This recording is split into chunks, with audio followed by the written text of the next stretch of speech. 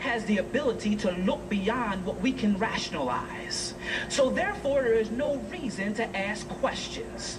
You see, look, they were in a cycle because they did not drive out the inhabitants. The inhabitants did not worship the true God. They worshiped Baal. Stay with me, y'all. So you see, look at this. The cause of the Israelites' cycle of sin, the cause of the Israelites worshiping other gods were the inhabitants. And God knew this would happen. That's why he told them to drive them out. I'm coming home to you. Now watch this. The Israelites could not break the cycle of sin because what started their cycle was always there. Until you get rid of what starts the cycle of sin, you will never be able to stop the cycle from starting. Because they did not drive out all of them, the cycle always had the potential to continue to go on. Let me show you what I'm talking about. Let me show you what I'm talking about.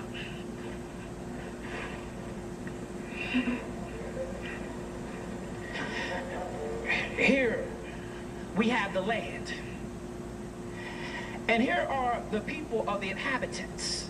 Now this is what the Israelites, God said, look, when you go to that land, I need you to drive them all out. And so they went to the land, and this is what they did.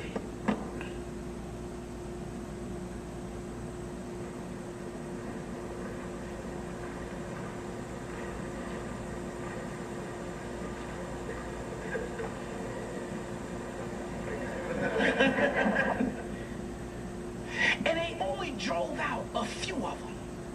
They did not drive them all out.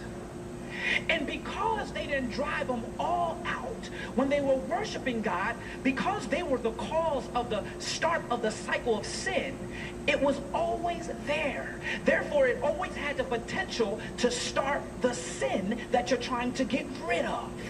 What are you saying, Pastor? Is that we have some things in our life that start this cycle of sin. Go into your own life. Don't think about somebody else. That starts your cycle. You know that sin that you just can't seem to get rid of, that's always there, that has been there for years. There is a reason why it is there and why you can't get rid of it. It's because you have not driven out everything that you need to drive out.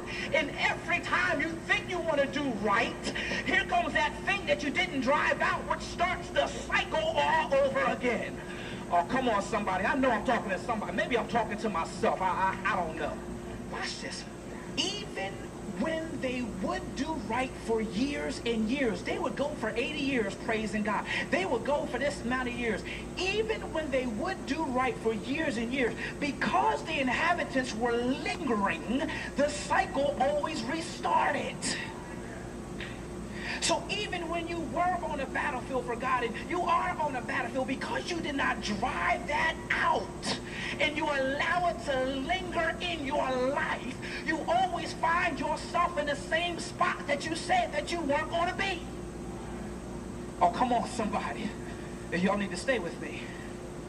Now I see why so many of us wrestle with our cycle of sins.